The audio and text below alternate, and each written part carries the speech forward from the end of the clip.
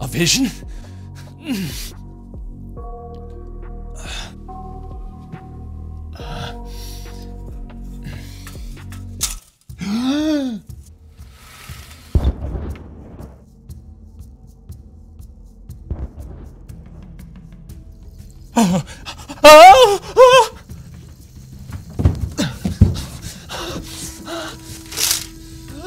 Oh my God!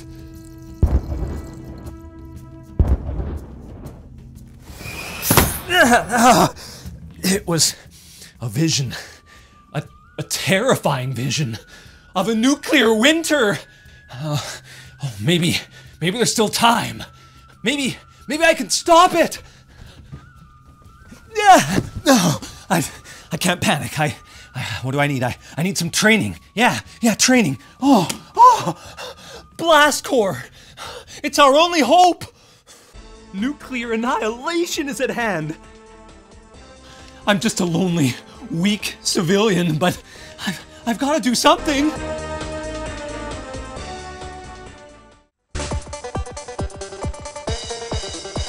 Oh yeah! Wreck it, baby! Woo! Oh, such grace. Such efficient destruction. Bigger is better. Booyah! Such an amazing soundtrack. This is my favorite game for guilty pleasure. What? How the hell am I supposed to... Oh, what the hell? What the... How? Break the building. How am I supposed to... Come on! Oh my God. Enough of this crappy dump truck. It can go take a dump on itself. I'm gonna go into the cyborg suit. Wow, what kind of bizarre gymnastic robot is this? I flew all the way off the screen. Why can I not hurt these buildings? Oh crap, never mind that. I gotta take this one out. Hey, wait, whoa, that was way too close. I think I just need to line up my tumble attack perfectly. No, stop! Stop, quit tumbling! No! Ah!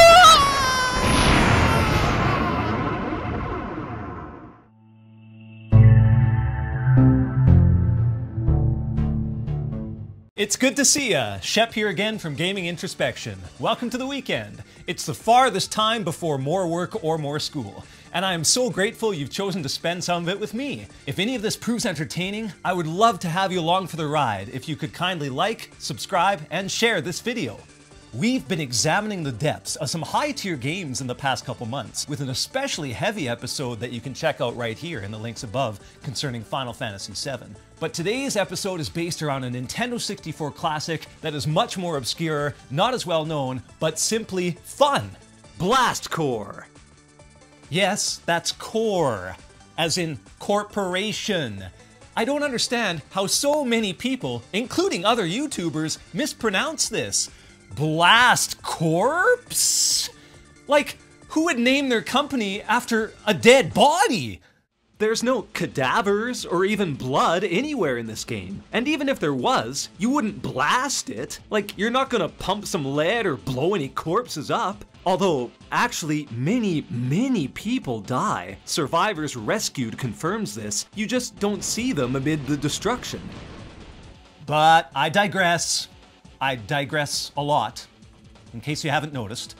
Blast Core was the first of a multi-game gold star run for Nintendo's second-party company, Rare Limited, cranking out high-quality games for the N64 for 4 straight years. Little known fact, the majority of the game was developed and programmed by 7 people! 7! Can you believe that? Even for 25 years ago, that was an incredibly small main team. You watch games today, and the credits are so incredibly long and shrank so microscopically down just to include every person involved. I bet they even include the 58-year-old janitor who replaces the urinal cakes in the utility room in there. Anyway, the concept of Blast Corps is simple. There's a runaway nuclear-loaded truck that looks like it's carrying 2 promotional hot dogs for Dreamboat Dave's delicious hot dog stand, and this carrier is too radioactive for anyone to get near enough to manually stop it, even though your main character can apparently stand right in front of it with no ill effects. So, this team of waste disposal wrecking crew types are called into worldwide emergency service to destroy anything in its path until they can find a safe ground zero detonation site. With the preamble done, let's take a look at... Wait, this doesn't make any sense. The map screen is a globe, i.e. Earth, and yet this carrier seems to find its way to every continent. What kind of teleportation technology enabled this nuclear disaster on wheels to just show up anywhere? Most of the landscape looks like typical North American farms and cities, so I have no idea why they used a globe when a simple map would have done well. It could have just been a flat 2D spread of the Midwestern United States, for example. Anyway, let's take a big look at the best hits and unfortunate misses of a classic N64 game that's always been dear to my heart, Blast Corps on N64. Stay tuned for more. God damn, was that poor.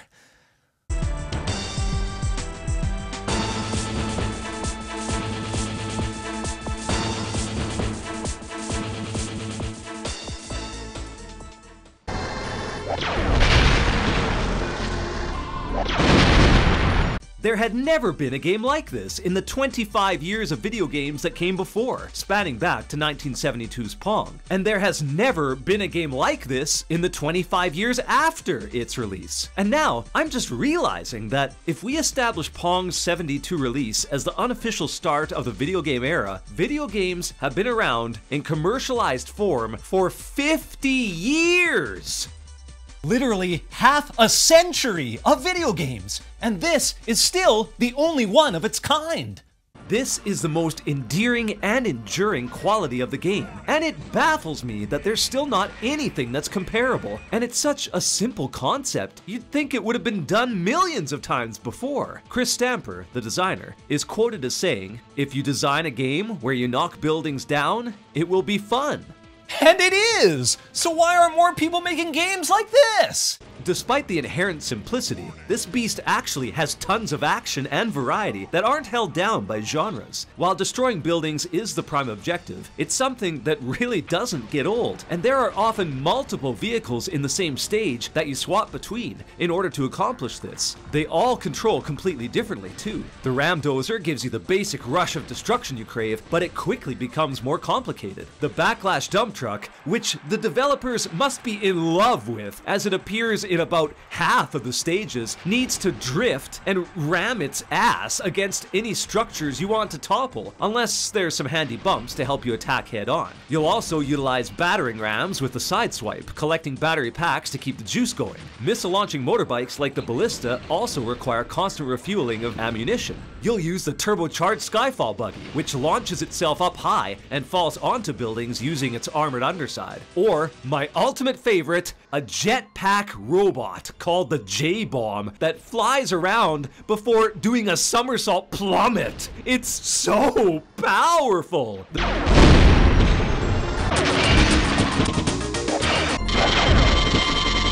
No matter what building it is, you will obliterate absolutely everything!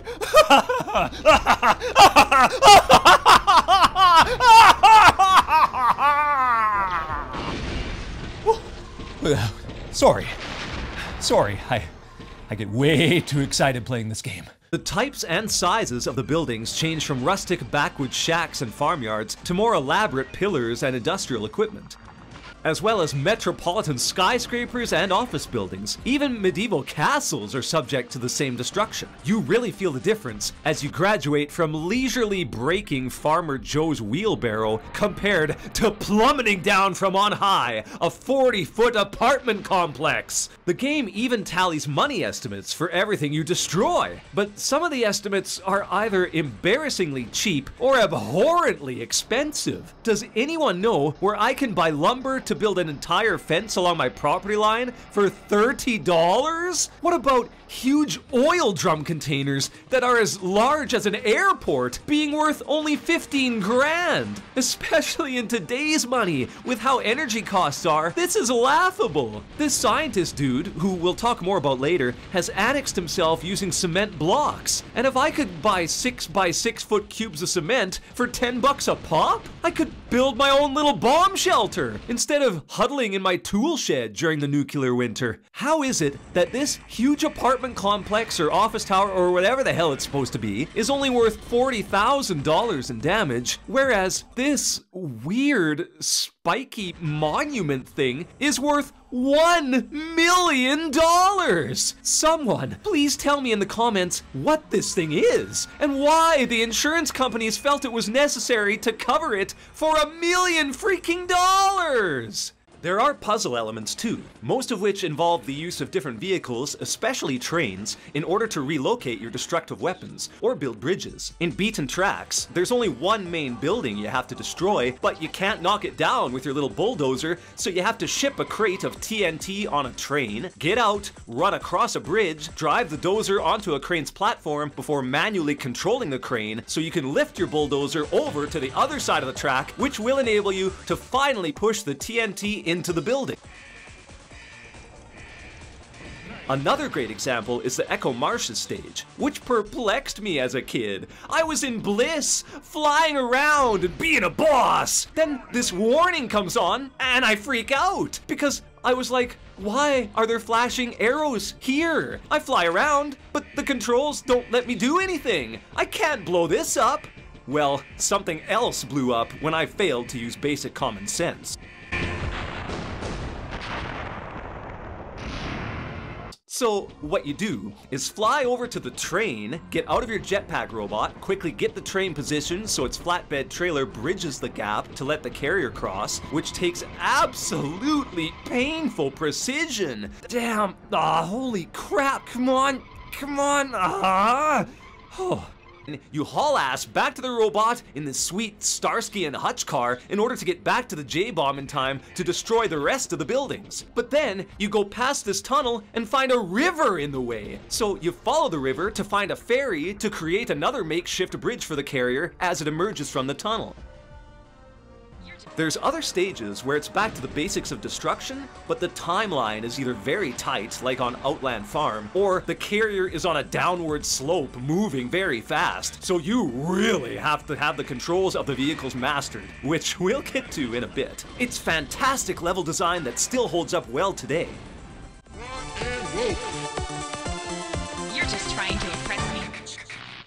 Even after the main stages are complete, you're free to go back into them at any time and without the missile carrier time limit. This is where Blast Corps completely switches gears. It transitions from a heart-racing, split-second timing adrenaline rush where the survival of humankind literally comes down to milliseconds to just hanging out in your space robot, flying leisurely around and finding satellite dishes, random floating spheres that you can break, pug-fugly Easter Island statues, and vacationing scientists who decided to get away from it all. Just look at how high you can go and how far you can fly around. There are invisible walls, as most games have, to keep you from getting too lost, but it takes a long time to get to them. To add more to do, there's also special satellites that open up bonus stages. And what are those bonus stages like? Well, they're mostly time trial runs that involve some of the more casual vehicles in the game, like the police car and the two separate American-themed racing vehicles. These excursions are surprisingly in-depth, depth, requiring you to pick the right vehicle to get the gold medal time. The police car has amazing cornering, but very slow acceleration, while the muscle car has the best top speed, but drifts uncontrollably with small turns, and the orange beast excels at off-roading trails, not losing any speed. It really makes a difference. Compare the police car on this rugged terrain compared to the Hutchmobile. It's huge! There's even a hard-to-time speed boost that you can trigger by pressing A when the lights light up, just like in Mario Kart. Even some of the bonus stages contain the same satellites, which then open up more bonus stages. So there's always lots of extras to find in any one place in this game. The best example of this is the J-Bomb circuit, where you find comm units to open up a crazy rapid-fire set of increasingly ridiculous challenges, from flying around instant death volcanoes to landing on floating rafts. Topping it off are some absolutely bizarre stages that have absolutely no realistic sense, including pushing TNT blocks around a billiards table. What kind of substance were the developers on when they correlated TNT blocks with pool balls and thought to put the pool cues, which should be shooting the balls, inside of the pockets so that the blocks could blow them up? This is some kind of acid dream right here. Even some of the main levels have parts that feel like bonus stages. Look at me fumbling around this dank labyrinth of underground tunnels. What the hell does this game think it is? Pac-Man?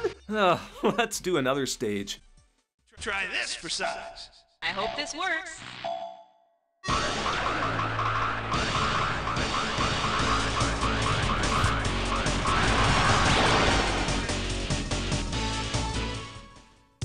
You're seeing this, right? I'm not making this up. It's Pac-Man! Complete with ghosts, which are represented by these horribly misfigured dozers. The RDU units are the dots. There's even the enter one side and appear on the other gimmick. It's hard, too, because the damn camera just drifts around, not even giving you a clear view of where the ghosts are. So you just have to try and get most of the dozers in one spot, so you'll know you'll be safe as you try and collect several hundred glowing dots. And you know what else? It's not the most Pac-Maniest stage in Blast Corps. No! There's another, much bigger one, which actually has the teleporting feature even more pronounced. It's amazingly cool, but that wears off quickly when the frustration sets in. But if you wanted variety, I mean, I think this hammers the point home. Blast Corps has tons to offer.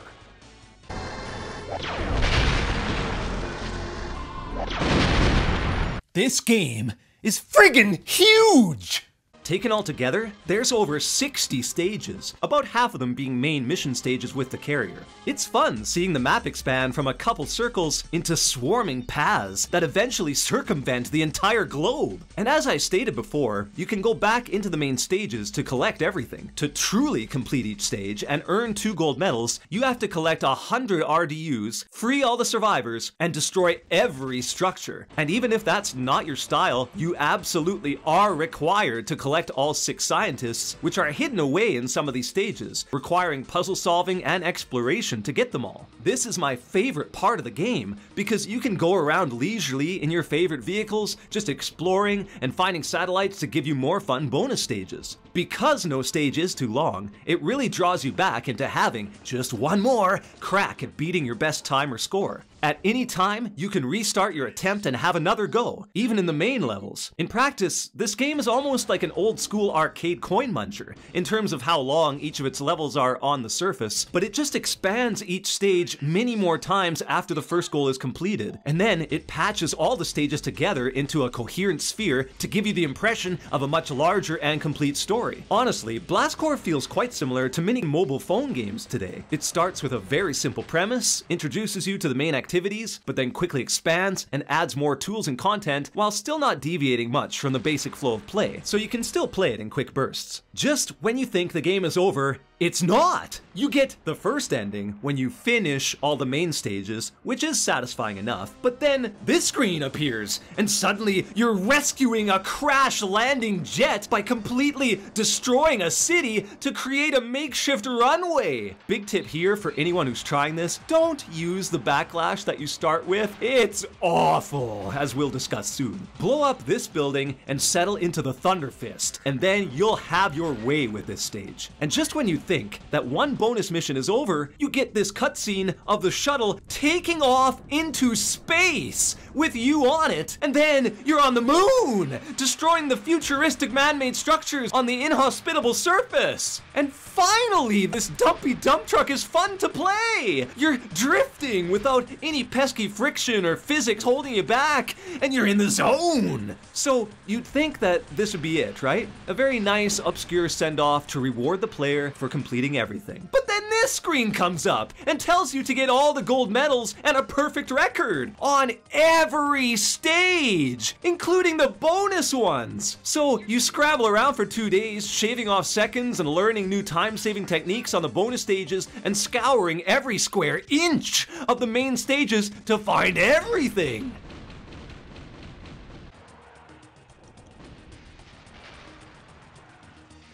All right, there, you gluttonous game. How much more content could you possibly throw at me? That's 74 out of 74 gold medals. Whew. Oh. Whew. New worlds? Huh, they must be teasing a sequel or something.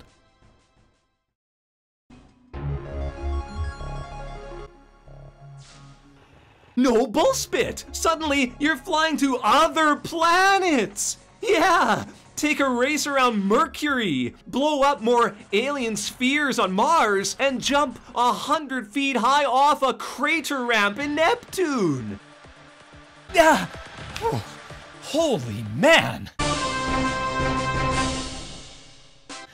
But that's it. That's the end. Because once you finally beat Neptune, you...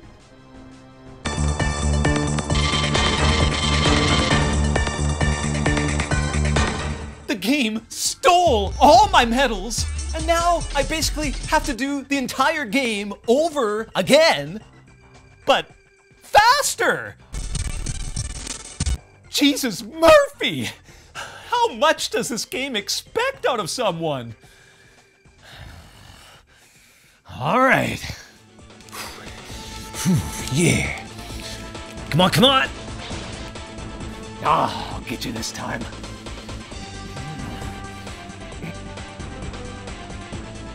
Ah, damn it!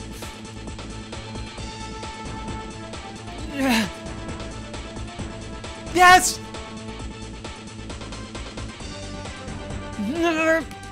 Come on! Yeah! Yeah! Yeah! I did it! Oh, I don't know why I gave in to another one of this game's demands. It's probably because it's just so damn fun.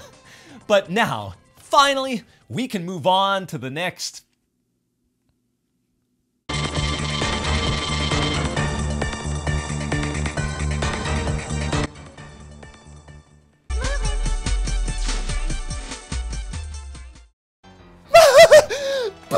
Platinum? I just got all of my gold medals back! Why do I need platinum? Is this some kind of music album? Oh my god! 14 seconds? I think I'll save this for the miss section.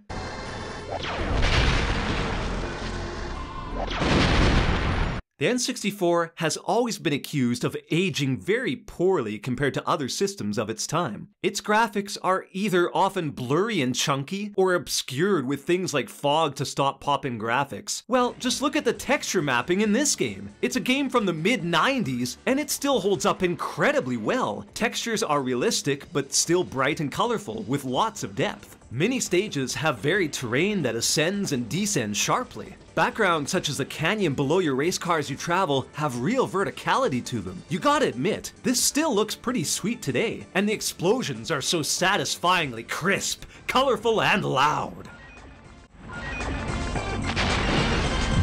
Small details like the skid marks on your tracks that remain on the ground long afterwards contribute more to the realism. Each of the machines has personality and quirky animations. There's also a real oomph and satisfaction to every big building bulldozed. Even if you fail, you can watch an amazing looking replay from the view of the missile carrier and see your futile attempt at saving the world play out from a close-up perspective. Yeah, today it looks blurry and simplistic, but go and compare this game to others like Superman 64's Fog, and you'll find it's much easier on the eyes than many games of the time.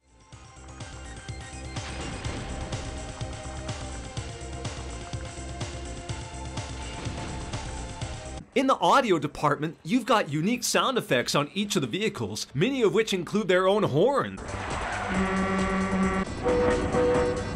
But let me digress again for a moment. So even the bonus vehicles that we looked at earlier have horns which are fun to use, like the police car siren, but that one's actually the most boring. The others are this van, which I'm assuming is from the 80s TV action series The A-Team? I mean, the van is almost identical, and this one doesn't really have a horn per se. It simply does this. Out of my way!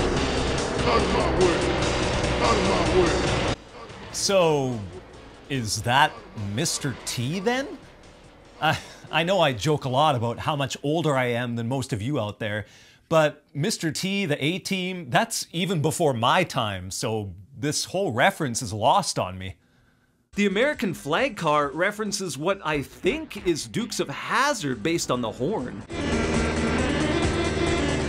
But this is their car from the show.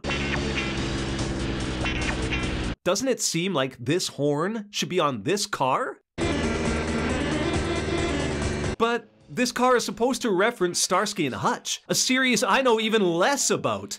Wow, here's a first. I need gamers who are even older than me to explain this. Regardless, it's very amusing. Continuing with the audio, the music is a bizarre mix of 70s pop,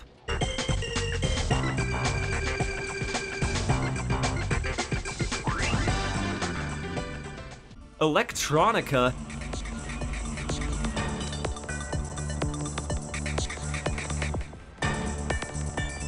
epic disaster action movie themes,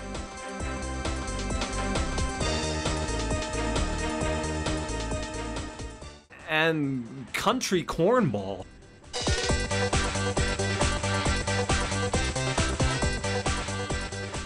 And when the urgency spikes, the music dynamically shifts to make you get your ass in gear. You wanna wear something?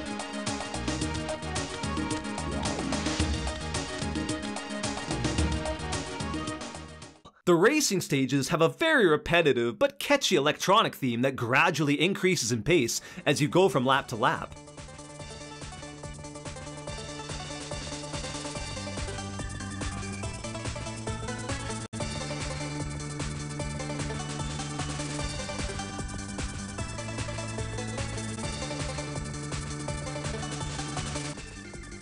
And for some reason, those short jingles that play every time you exit a stage just fill me with accomplishment and energy.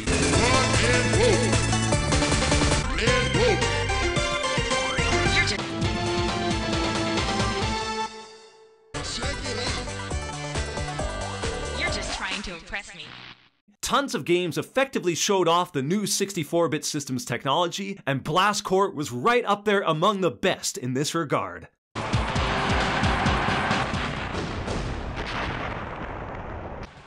Yep, that intro teaser wasn't just for entertainment, it's a legitimately frustrating part of several of the vehicles that you pilot. The most egregious is the Backlash, a cool sounding, tough looking truck that initially seems awesome. I mean, it looks like the Tonka trucks that a lot of us grew up with and played with in sand piles. But you step on the gas and realize it's slow as ass, and you barely do anything by running into the buildings. So then you realize you have to use the ass end of the truck to take out the buildings by expertly drifting and making donuts so that you smash the buildings with your steel behind. This is so tedious. You start drifting too early and your truck spins in a circle before you even hit anything. A circle that you can't come out of sometimes. Come on. Oh, come on! Hit the damn thing! But no, You start too late, and you've already grazed the building with the front part of your truck, and so you sit there with no momentum. And this truck is so slow, you can't just quickly recover or hit a speed boost button. No, you have to get out of the way of the building, often by backing up, slowly build up some speed, and try again. Or just put it in reverse and desperately grind your ass end against a granary. All the while, this nuclear world-ending thing is creeping closer and closer. Why would anyone authorize this tactic? If you were in the truck, you wouldn't even be able to see if you were doing well or not. You'd have to go all by feel. This is so asinine and unintuitive.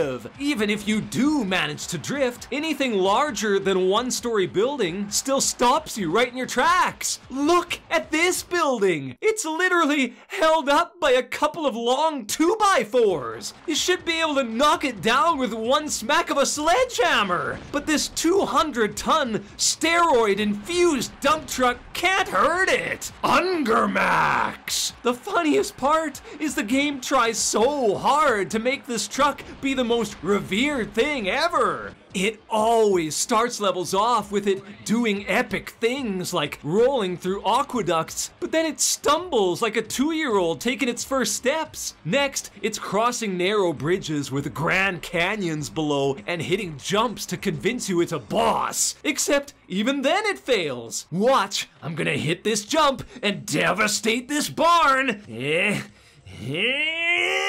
Oh, fudge!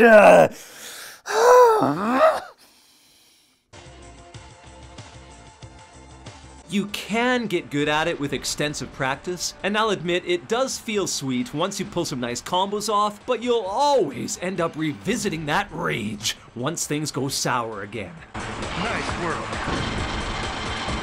Another one that really pisses me off is the cyclone suit. It's a small robotic suit that your dude goes into, and the only way it can attack is by doing a full-on gymnast routine, like the floor exercises at the Olympic Games. What kind of programming is this? I almost crushed these survivors, and now I'm a mile away from the carrier. And why would any human being pilot it if they had to subject themselves to tossing, cartwheeling, and turning?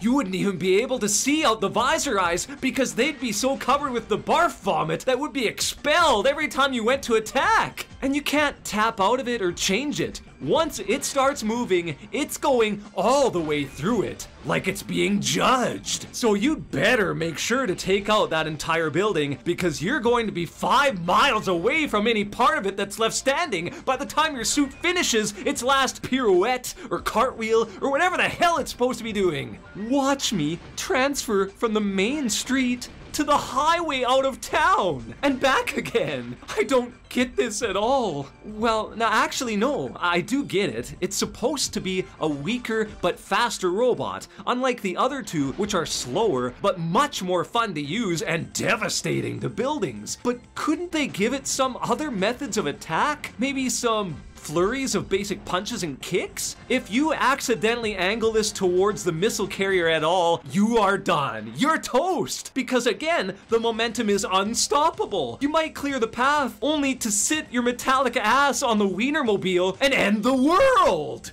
Wouldn't that be the worst way to die? You're tossing and turning, vomiting everywhere, thinking it's all gonna be worth it, and the last thing you see is that blinking orange light of the nuclear carrier through your windshield with no means to stop your momentum. Damn.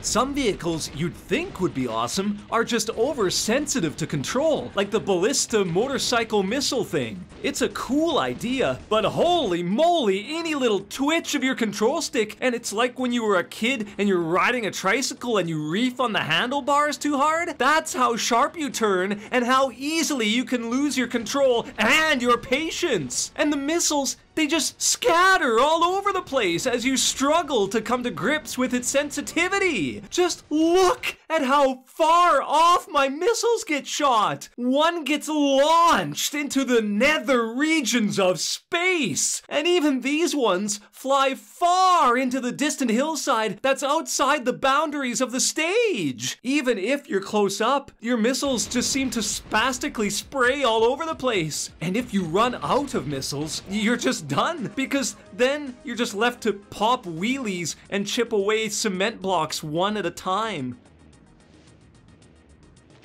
By the way, this is such an intelligent idea, right? Let's make a twitchy, hypersensitive motorbike that wobbles back and forth while also launching missiles at random trajectories while we are trying not to lay a finger on twin nuclear warheads. Oh, this is just a grade A perfect idea. Beautiful strategy. Oh, amazing.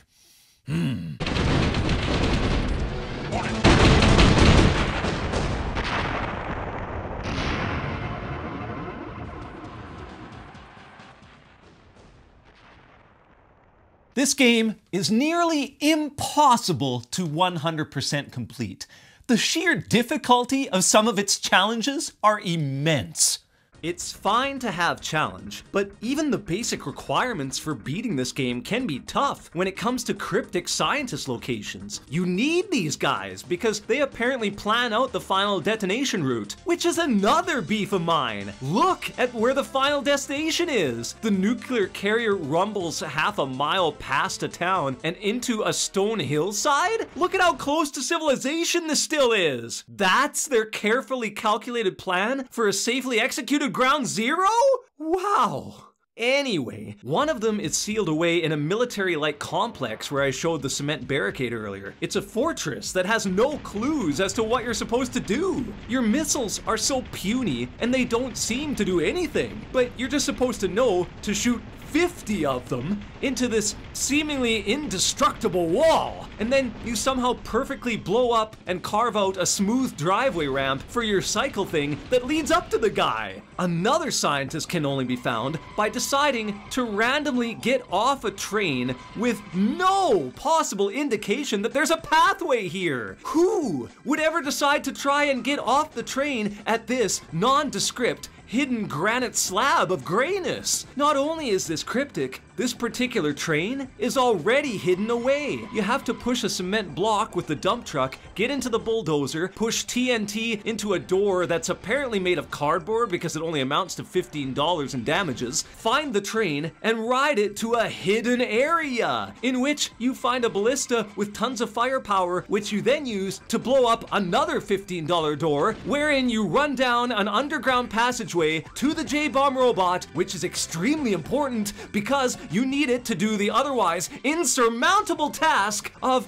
destroying a $10 light bulb. So with how elaborate all that was, why in holy hell would you think this would be an important area? It boggles the mind. In Ebony Coast, this particular scientist is so far off the map, you'd literally just have to fly out there for the sake of having nothing better to do. There's no clues or anything, and there's no camera pan or map beyond the main nuclear carrier route, so you're always just shooting in the dark when it comes to all this bonus stuff. But it's not bonus stuff. It's stuff you need to win. As bad as all that was, at least it's in the relaxing phase in the game. There's no real stakes, and you do have all the time in the world to gradually figure things out. But it's bad in the real stages too. To show you a comprehensive example, here's Oyster Harbor. Let's run through and watch how many failures I endure before I finally master this stage. First of all, I'm in the ballista, which sucks mightily, because I don't have enough ammo to do anything. I flail around and try to destroy these oversized Lego blocks until I run out of ammo and the carrier kills the Earth. So I try again. This time I explore a bit more and I notice a path leading down. So I try in vain to get my cycle, whose mobility and small size is supposed to be an asset, but then the carrier hits the Lego blocks and dooms the human race. So then I realize I can get out of my bike and I find the ram dozer. Oh yeah, now I'm in business. Take this, you damn Lego blocks. Woo! I think it's gonna be easy now. But then there's this solid steel thing blocking the carrier from getting across the bridge. But okay, there's some TNT blocks. It kinda works, but it's so goddamn slow pushing these one at a time. I try and blow this up, but I'm too late and the carrier hits, setting off a nuclear winter. This time, I realize that there's a crane. So I load TNT blocks on the crane.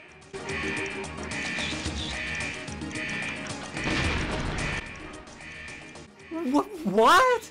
What the hell? Why would I take the extra time to slowly move blocks onto the crane and drop them if it's going to do the same thing? You have to put it in the exact center? How would anyone know to do that? The game has negatively reinforced every one of my efforts and gives no hints that it has to be precisely placed. But now I'm too far behind. There's no way I'll make it waiting for the slow-ass carrier. So I get the ram dozer on the crane and drop it on the other side. Yes, I'm brilliant.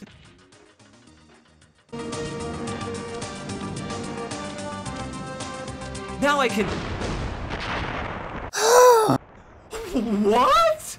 Ah, fudge nuts! I left the crane platform in the way and the earth once again disintegrates. Anyway, I finally do it fast enough to get the ram dozer ahead of the carrier. Then there's suddenly cement shapes that need to be pushed into holes in the path. Oh, sweet. This is kind of cool actually. Hey, where's this one? Where's the one for this hole? But there's not enough! You drive around and flail about. I panic and go everywhere looking for more. Even up this ramp that the dude can only go on until I find this other random pothole that leads to 2 extra blocks. Who would know to look there? What a dumb idea! And it's too late now, so the nuclear machine hits the big pothole and the planet becomes a death zone for a few hundred years.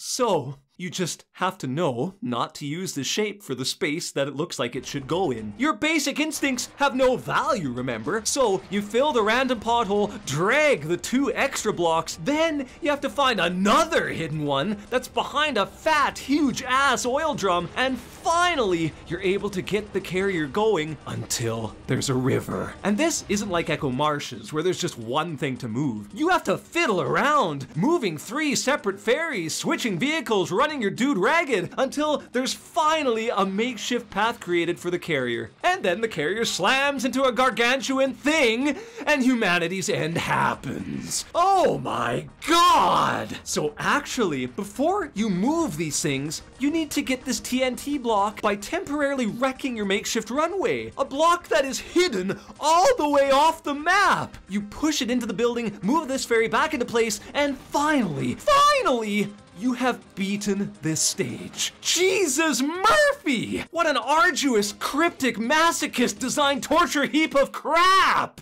Yeah, and if you want to punish yourself some more, do the platinum thing. Getting these platinum medals is otherworldly.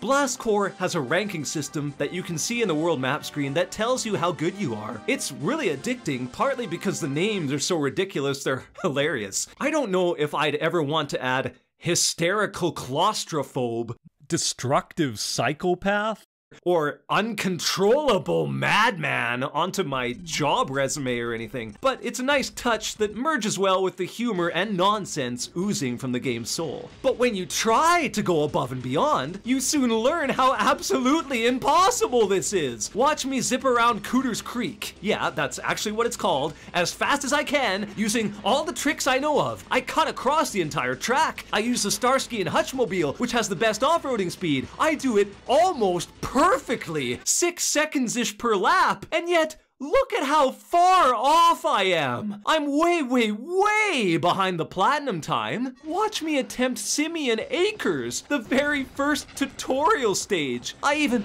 do the turbo boost at the start and almost perfectly plow through the stage, and I'm 7 seconds slow. My target time was 14, and I'm over 20, so I'm like not even in the ballpark. But hey, if you want a challenge, you go for it. I could only manage 4 platinum medals because it's just too hard. And while the titles are amusing, like I've said, you really don't get anything extra for earning them. I've heard that the last title is You Can Stop Now, but you'll have already given up long before you get that unfulfilling text scrolling across your screen. It's just so frustrating for gamers like me who are completionists and pride themselves on being able to complete absolutely everything that it's really almost impossible unless you're in that 1 percentile range of gamers that is better than a supercomputer.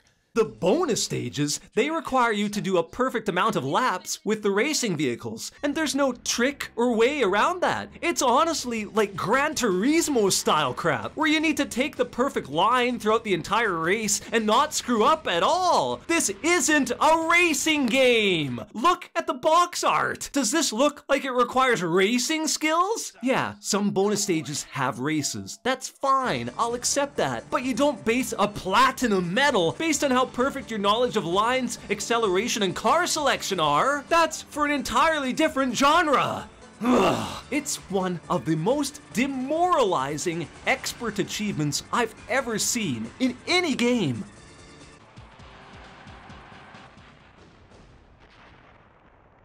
Yeah, there goes the nuclear sausage mobile rumbling down an incline and gaining speed. It's going like 50 miles an hour. Still, you think you're in good shape. You're in the Thunder Fist. It's a reliable, no-nonsense, 100-foot tall robot that efficiently demolishes even the tallest, most reinforced structures. You transfer your power output, put distance between yourself and the building so you can get momentum to roll in and uppercut this huge edifice before nuclear explosions cover the country. But you didn't account for the trees. Your robot rejects your order and any and all momentum is halted because apparently the destruction of a single tree supersedes any and all obliteration to the human race and the world at large. They hinder your every movement. Your hulking humanoid god robot shudders and stumbles when it attempts to walk past one. If there's a row of them, you have to go all the way around.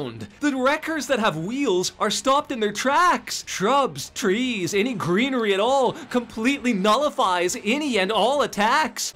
This tree stump is indestructible, and now my bike is tangled in the shrubs. You can't bulldoze them, you can't blow them up with missiles, nor can you turbo boost through them, or cartwheel them into pieces. It's just incomprehensible. And look at the carrier. It just rumbles past them like they weren't even there. So obviously, it can't be that big of a deal. Even your human character trembles when confronted with a tree. He can't walk through them or around them. He just disappears and gives up. And once you mix the barfing, dizzy sliding of the backlash with the immovable entities that are these trees, it's all over. You bounce around, swearing and cursing more than the angry video game nerd as you helplessly squirm around the outside of the building, get forced to a stop, or pinball around so badly that you swerve right into the carrier and blow the world up.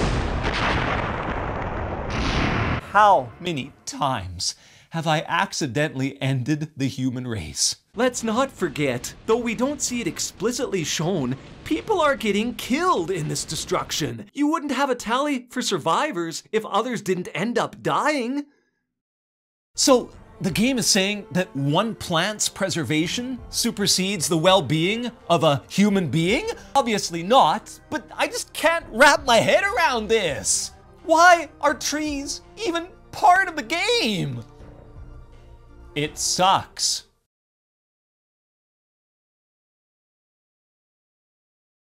Yep, I'm quoting Homer Simpson here, and I gotta say, this weird anomaly is both the biggest blessing and curse on this game. Oh, and please forgive the awful visual quality upcoming in the next section. I needed to use my original 25-year-old cartridge version of Blast Corps to show this off, as any newer versions of the game have fixed this glitch. Hey, I'm always telling you how old I am compared to you, and this is flippin' proof. I'm really dating myself here. But I hope you still find it amusing in this next hit and miss. So, when you get out of your vehicle, you become a typical foot soldier man made up of a few polygons and no face. The point of this is to be able to exit a vehicle and switch into a new one as we've looked at throughout. However, if you're driving a vehicle and your position blocks your guy's exit, he will shout out, "Don't!" So obviously this guy is way too skinny to be Homer Simpson. But The Simpsons was at its peak popularity back in '97, so all I can assume is that this construction worker was a really big Simpsons fan, and that whenever something even remotely discouraging happens, he yells out, "Doh!" Because, after all, that's what they all say. They all say doh.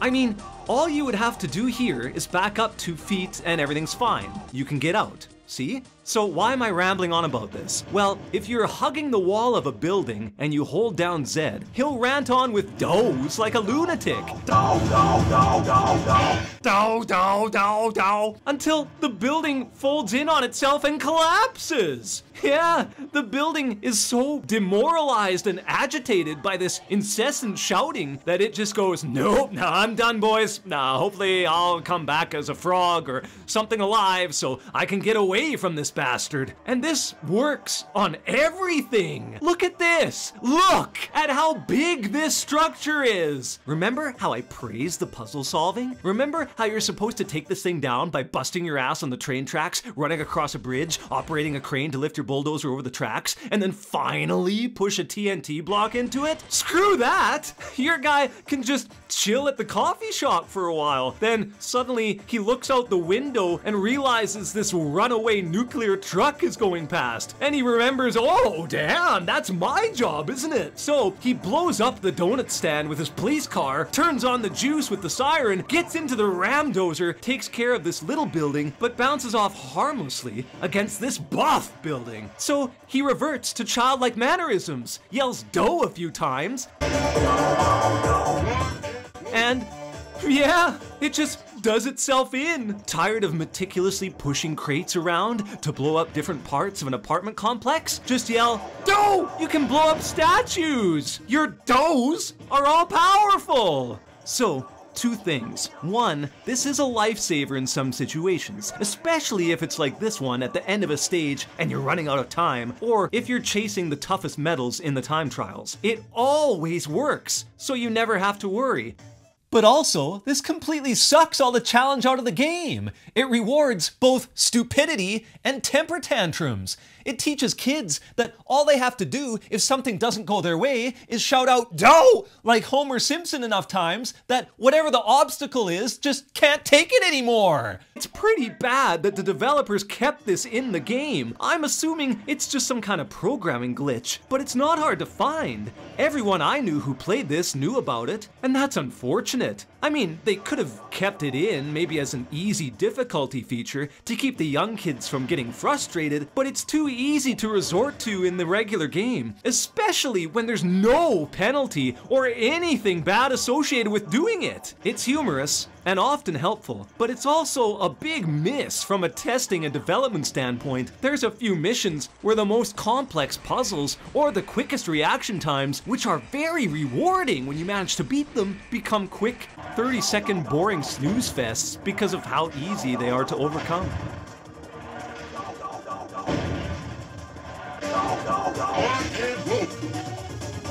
You're just trying to impress me. Yep, I could only find 2 real misses for this game, and then a smaller one involving trees of all things, and even the others were pretty minor. The other vehicles, besides the Backlash, Ballista, and Cyclone suit, all control fine. Well, usually. And my inability to platinum this game over a decade before platinum trophies were a thing is mostly just a personal grudge I have, either with the game for being too damn hard, or with myself that's kind of built up into a petty rage because I'm just not good enough. But the worst crime of all for me is that there hasn't even been an attempt to make another game like this. I mean, I'm not even talking about the direct sequel either. I'm talking about like a spiritual successor or a cameo or even a similar game. Nothing! Not by any company! At least none that I have heard of. If there is such a game, please let me know, because I sure haven't heard of anything. And it's such an easy idea to build off of. Like, create a game where there's a worldwide nuclear crisis set in different climates and different environments where you have to use different vehicles and challenges, but keep all the explosions, the demolition, and the puzzles. Something like that. Please! Gaming today has almost degenerated into a repetitive sequel sickness. It's fallen into the same trap that movies have already been doing for half a century. New, original ideas are eschewed in favor of those games that developers know will make money. And I get it. Games take upwards of $100 million to make these days. It's no wonder why we've got RE2 and Final Fantasy VII Remake over 20 years after their releases. Capcom and Square and those big companies aren't going to spend their gargantuan dollars on something that no one has ever seen before. Who would do that? Well, maybe we need to get our focus back to it, with small teams of developers like the 7 main people that made Blast Corps. My hope is that one day, ingenious, inventive games like Blast Corps will become prevalent again, and they'll become so best-selling that developers, small and large alike, will want to keep experimenting and creating breaths of fresh air within the microchips and binary codes. Gaming is a creative pursuit, and it should be something that's inspirational, and not just with the story or the characters, but in how the entire game is designed. Cheers to Blast Corps, and may gamers everywhere start pronouncing your name correctly, and know that you still stand the test of time as an example of marvelous gaming ingenuity. Puzzles, an old school time crunch, but most of all, you get to smash things! Smash that wheelbarrow! Smash that Ferris wheel in the middle of a construction site! Smash that obscure, unidentifiable object! Why am I saying smash so much? Well, anyway, gamers, have an amazing weekend, and as always, I will see you in 2 weeks' time.